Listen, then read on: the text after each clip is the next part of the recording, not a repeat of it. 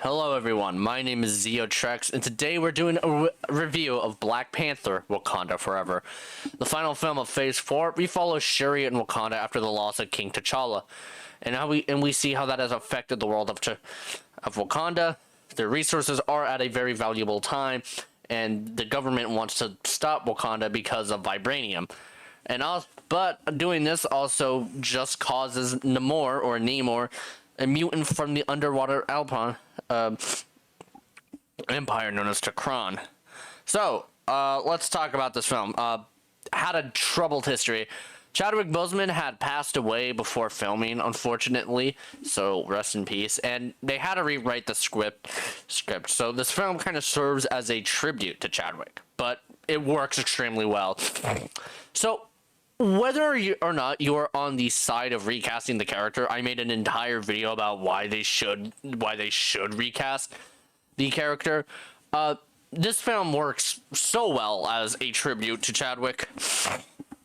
It's a sad film. We deal with a lot of grief, a lot of loss, and how people of Wakanda have to live without their king. It's handled really well, and the acting proves the grief that the characters are going through. The characters are great. M'Baku is a good example of being naturally funny, but not forced. Ironheart did feel a bit forced as her comedy, but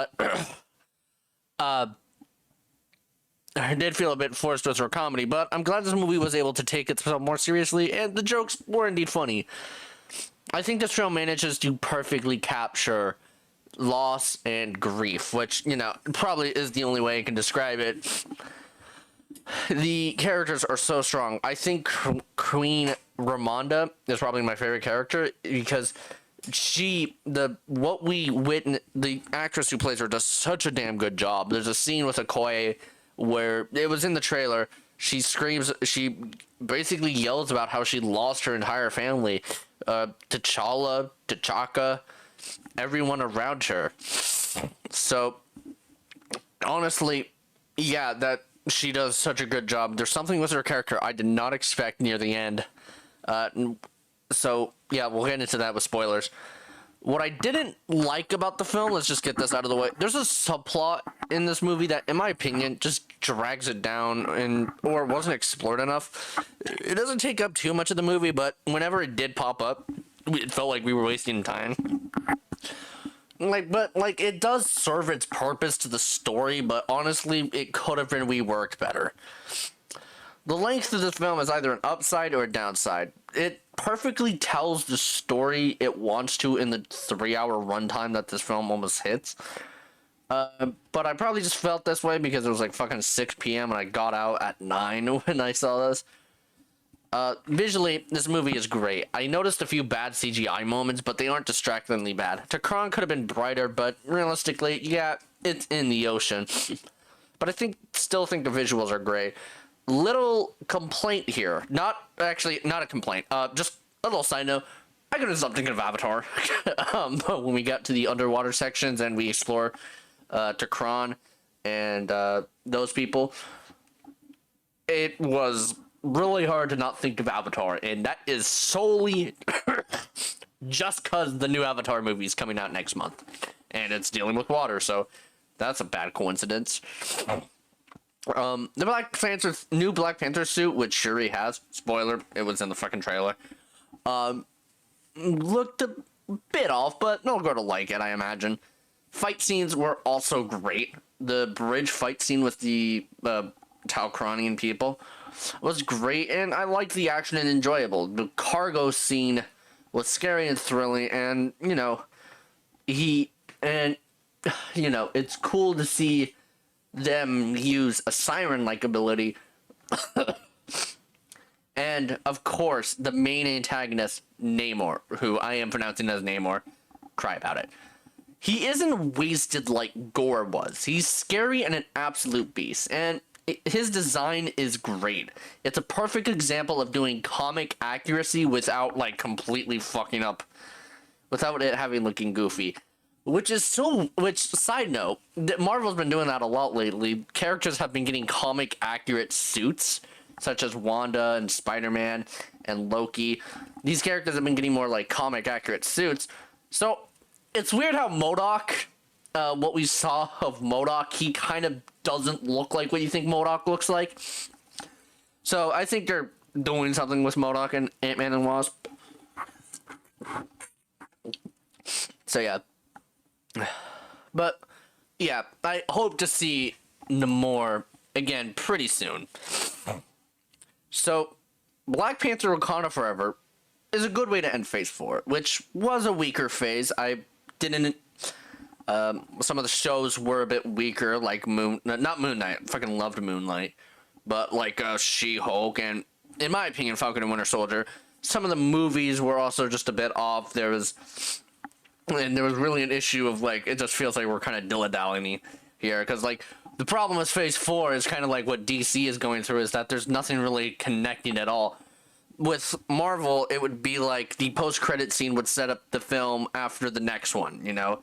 Like, Civil War's post-credit scene set up Black Panther. I think, right? That's what that did. It set up Black Panther, and then... Yeah, it would set up Black Panther. Black Panther would set up Infinity... Thor Ragnarok would set up Infinity War, and so on and so on. It would set up like the film after. And so yeah, you get what I'm saying.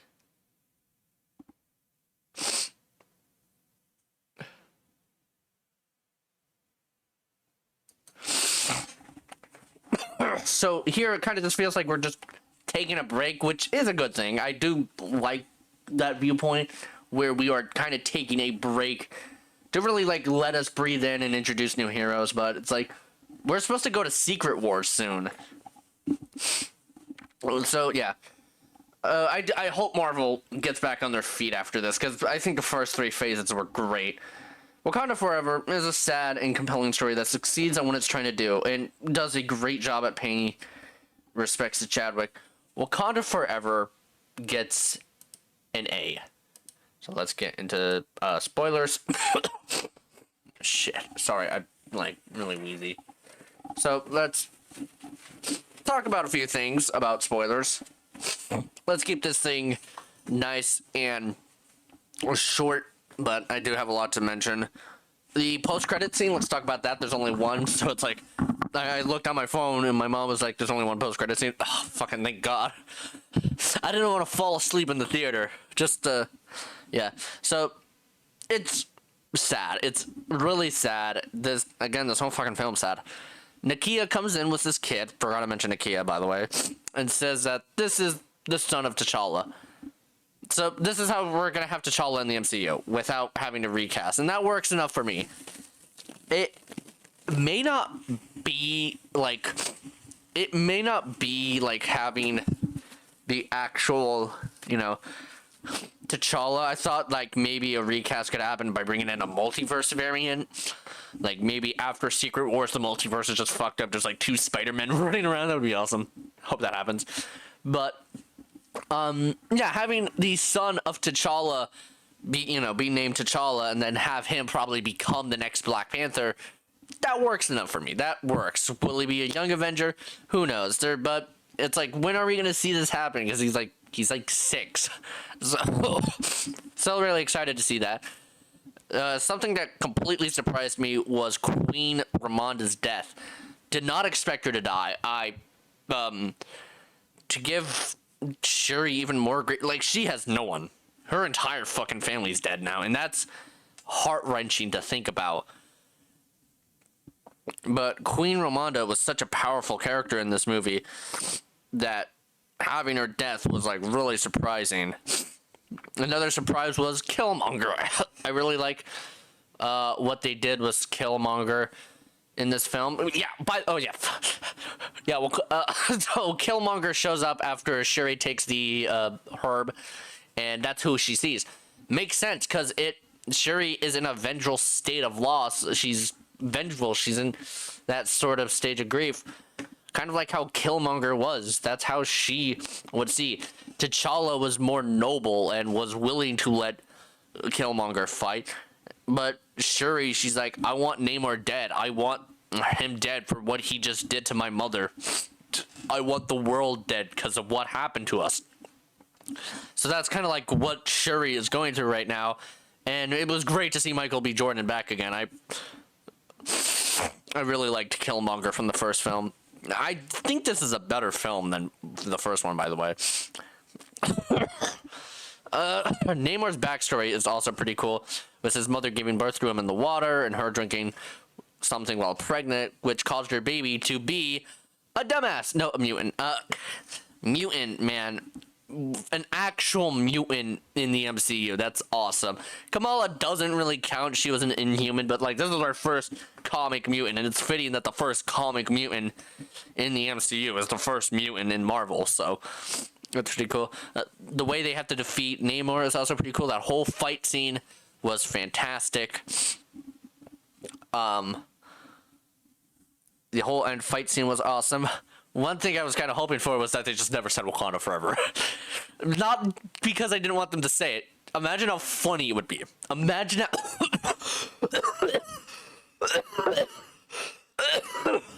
Imagine how funny it would be if they just never said Wakanda forever in a movie about Wakanda.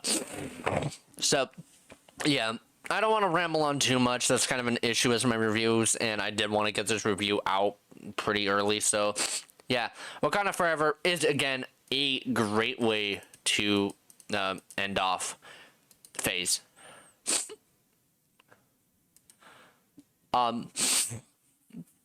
So, yeah, sorry that this review is a bit late. Had a bit to think of for this film because it is a lot to think about.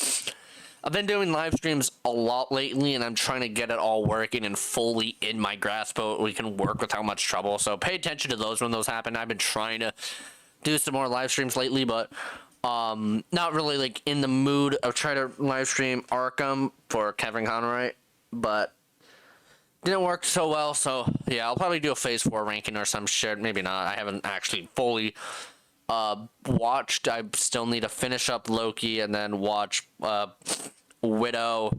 Need to watch Black Widow, Shang-Chi, Eternals, and Hawkeye. Those are the ones I need to watch. But yeah, until then, Wakanda forever.